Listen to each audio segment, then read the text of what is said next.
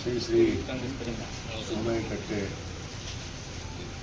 ಕಾಡಸಿದ್ದೇಶ್ವರ ನವೀನಗಿರಿಯ ಒಂದು ಪವಿತ್ರವಾದ ಕ್ಷೇತ್ರಕ್ಕೆ ಪ್ರಥಮ ಬಾರಿಗೆ ನಾನು ಸಚಿವನಾದ ತಕ್ಷಣ ನನ್ನ ಸಂಕಲ್ಪ ಕೂಡ ಇತ್ತು.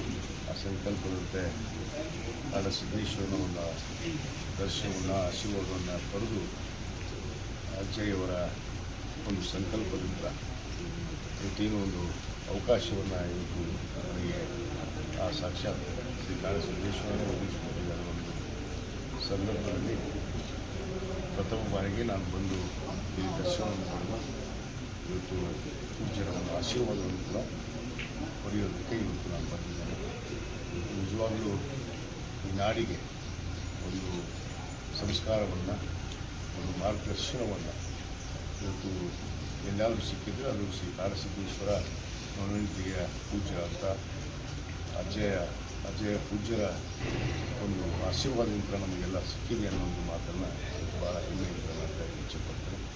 ಅವರ ದರ್ಶನವನ್ನು ಪಡೆದು ಮುಂದೆ ಅವರ ಆದೇಶದಂತೆ ಖಂಡಿತವಾಗಿ ಏನೋ ಒಂದು ಸಂಕಲ್ಪವನ್ನು ನಾವು ಕೂಡ ಮಾಡಿಕೊಂಡಿದ್ದ ಆ ಸಂಕಲ್ಪದಂತೆ ನಮ್ಮ ನೆಚ್ಚಿನ ಮುಖ್ಯಮಂತ್ರಿಗಳಾದಂಥ ಸನ್ಮಾನ್ಯ ಡಿ.ಕೆ. ಶಿವಕುಮಾರ್ ಸಾಹೇಬರ ನೇತೃತ್ವದಲ್ಲಿರುವಂಥ ನಮ್ಮ ಸರ್ಕಾರ ಪೂಜ್ಯರ ಆಶೀರ್ವಾದದಿಂದ ಎಲ್ಲರೂ ಒಗ್ಗಟ್ಟಾಗಿ ನಾವು ಮುಂದೆ ನಡೆದು ಇದೇ ಸಂದರ್ಭದಲ್ಲಿ ನಮ್ಮ ಹಿರಿಯ ಶಾಸಕರು ಮತ್ತು ನಮ್ಮ ಕರ್ನಾಟಕ ರಾಜ್ಯ ಭೂ ಮತ್ತು ಭೂ ವಿಜ್ಞಾನದ ನಮ್ಮ ಚೇರ್ಮನ್ರು ಆದಂಥ ಸನ್ಮಾನ್ಯ J.S. ಪಾಟೀಲ್ ಸಾಹೇಬರು ಕೂಡ ಮತ್ತು ಅವರು ಕೂಡ ಇಲ್ಲಿ ಒಂದು ಸದ್ಭಕ್ತರು. ಮುಂದಿನ ದಿನಗಳಲ್ಲಿ ಅವರು ಕೂಡ ಭವಿಷ್ಯದ ಬಹುತೇಕ ನಮ್ಮೆಲ್ಲರ ಒಂದು ನಾಯಕರು. ಯಾಕಂದರೆ ಹಿರಿಯ ನಾಯಕರು, ನಮ್ಮ ತಂದೆಯವರ ಕಾಲದಿಂದ ಅವ್ರ ಜೊತೆಗೆ ಬಂದಂಥವರು ಒಂದು ನಾಯಕತ್ವದಲ್ಲಿ ಮುಂದಿನ ಅವರ ಭವಿಷ್ಯ ಕೂಡ ನಮಗೆ ಈಗಾಗಲೇ ಸೂಕ್ಷ್ಮವಾಗಿ ನಮ್ಮ ಗಮನಕ್ಕೆ ಬಂದಿದೆ. ನಮ್ಮ ವಿಧಾನಸಭೆಯ ಒಂದು ಸಭಾಪತಿಗಳಾಗಿ ಕೂಡ ಅವರು ಇವತ್ತು ಮುಂದೆ ಕಾರ್ಯಕಲಾಪವನ್ನು ಮಾಡಿ ನಮಗೆಲ್ಲರಿಗೂ ಮಾರ್ಗದರ್ಶನವನ್ನು ನೀಡ್ತಾರೆ ಒಂದು ಮಾತನ್ನು ಕೂಡ ನನಗೆ ಸಂದರ್ಭದಲ್ಲಿ ಹೇಳ್ತೇನೆ. ಯಾಕಂದರೆ ಈ ಒಂದು ನಾಡಿನಲ್ಲಿ ನಾವೆಲ್ಲ ಒಂದು ವೀರಶೈವ ಲಿಂಗಾಯತ ಒಂದು ಸಂಪ್ರದಾಯದಲ್ಲಿ ಒಂದು ಪರಂಪರೆಯಲ್ಲಿ ಬೆಳೆದು ಬಂದದ್ದು.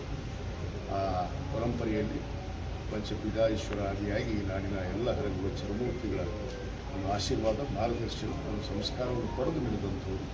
ಆ ಸಂಸ್ಕಾರ ಒಂದು ಮಾರ್ಗದರ್ಶನದಲ್ಲಿ, ಪೂಜ್ಯರ ಮಾರ್ಗದರ್ಶನದಲ್ಲಿ ನಾವೆಲ್ಲ ನಡೆದು ಎಲ್ಲ ಜನಾಂಗ ಕೂಡ ಅಭಿವೃದ್ಧಿ ಮಾಡುವಂಥ ಕೆಲಸ ಖಂಡಿತವಾಗಿ ಮಾಡ್ತೀವಿ. ಹಿರಿಯರ ಒಂದು ಸಲಹೆ, ಆಶೀರ್ವಾದ, ಪೂಜ್ಯರ ಆಶೀರ್ವಾದ ಸದಾಕಾಲ ನಮ್ಮ ಮೇಲೆ, ಎಲ್ಲರ ಮೇಲೆ ಭಕ್ತಾದಿಗಳನ್ನು ಇರಲಿ ಅಂತೇಳಿ ನಮ್ಮ ಮುಖಾಂತರ ಪೂಜ್ಯರಿಗೆ ಅನಂತರ ಕೋಟಿ ಪ್ರಣಾಮಗಳನ್ನು ಸಲ್ಲಿಸುತ್ತೇನೆ.